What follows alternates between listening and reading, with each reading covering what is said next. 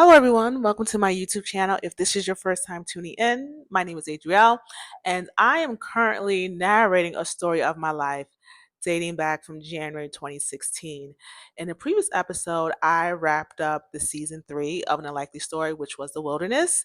And this episode is the first episode of season 4, which is titled The Wilderness Part 2.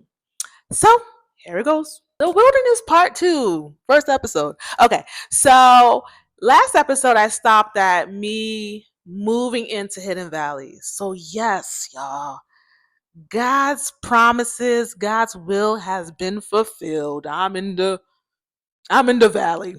So I move in, and at this point, I'm just waiting for my things to come in from the storage company, and that was going to happen on the 17th or 18th, one of those days. And I'm just staying in my apartment. So I get a visit from Ruth. She comes by to see the place. She's like, "Hey, Adriel, this is a nice place."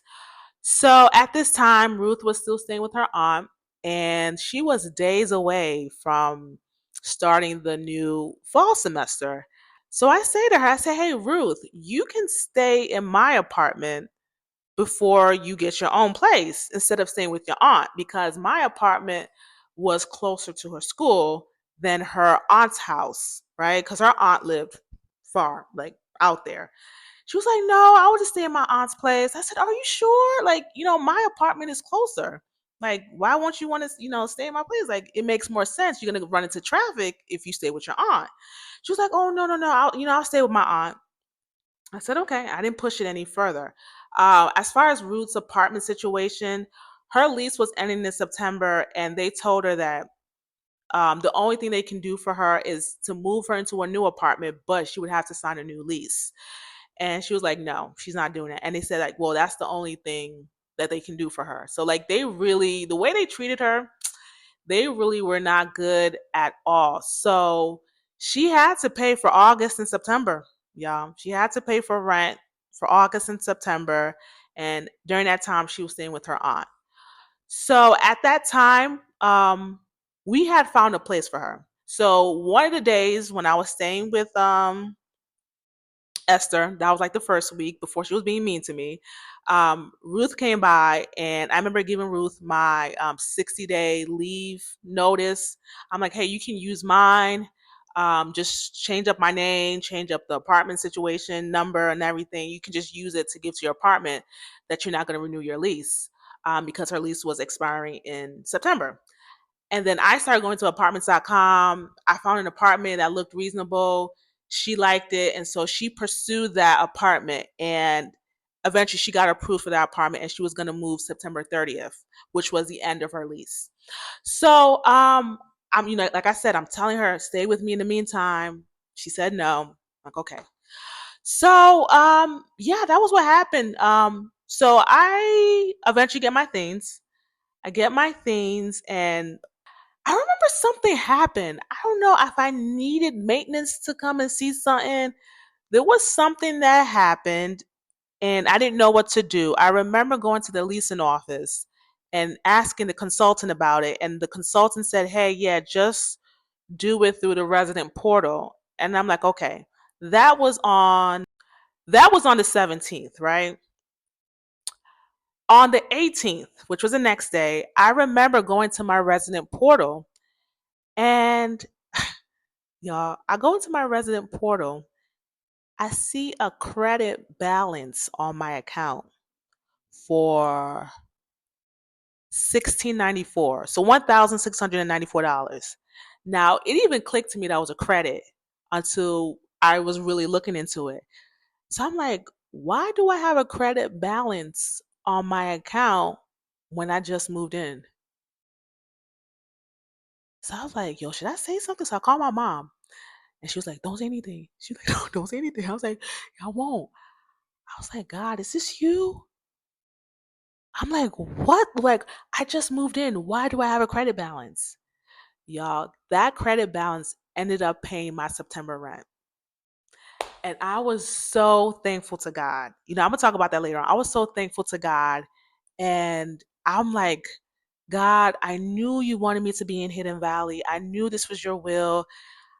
I struggled a little bit because I didn't have an income, I didn't have a job. So believing in doing God's will when things don't make sense, it could be scary, but Lord, I believed you and you came through for me with this type of situation. I was super thankful and grateful. It just made me feel like God was with me every step of the way throughout this journey of me being in the wilderness and me eventually meeting Brandon.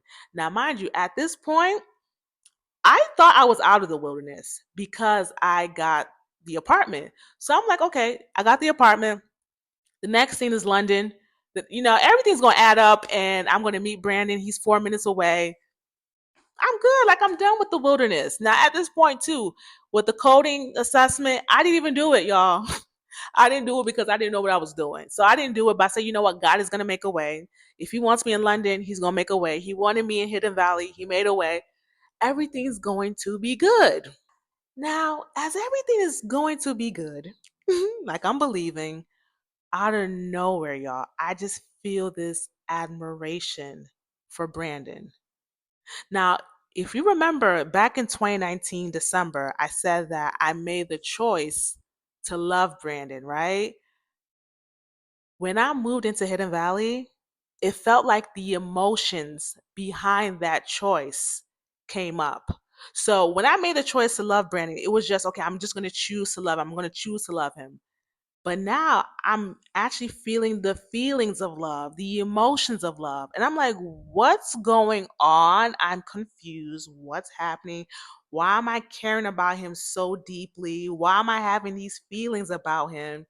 This entire time, it was just me making the choice to love him. I just have this deep admiration for him. Where is this coming from? I don't get it. What? I wanted to know about his day. Now, mind you, like I said in previous episodes, Brandon is kind of like funny with the social media. He's not really in tune. At this point, y'all, he went, not August, September. I remember he went like a couple of weeks without posting in September. That's when things were kind of like, okay, something is going on, right? But this time, Brandon is like in and out on social media. It seems like something is going on. He's up to something. He's doing something. I don't know. The last thing that I really knew about Brandon was July 27. He had joined this fitness app and he was going to be a trainer on this app. People are going to subscribe to his I guess his trainings, and he would put out videos about workouts for people can do at home or in the all or at the gym. My tongue is twisting. Or at the gym. And yeah, people just subscribe to it. You had to pay for the subscription. It was like, I think $9.99 every month or something.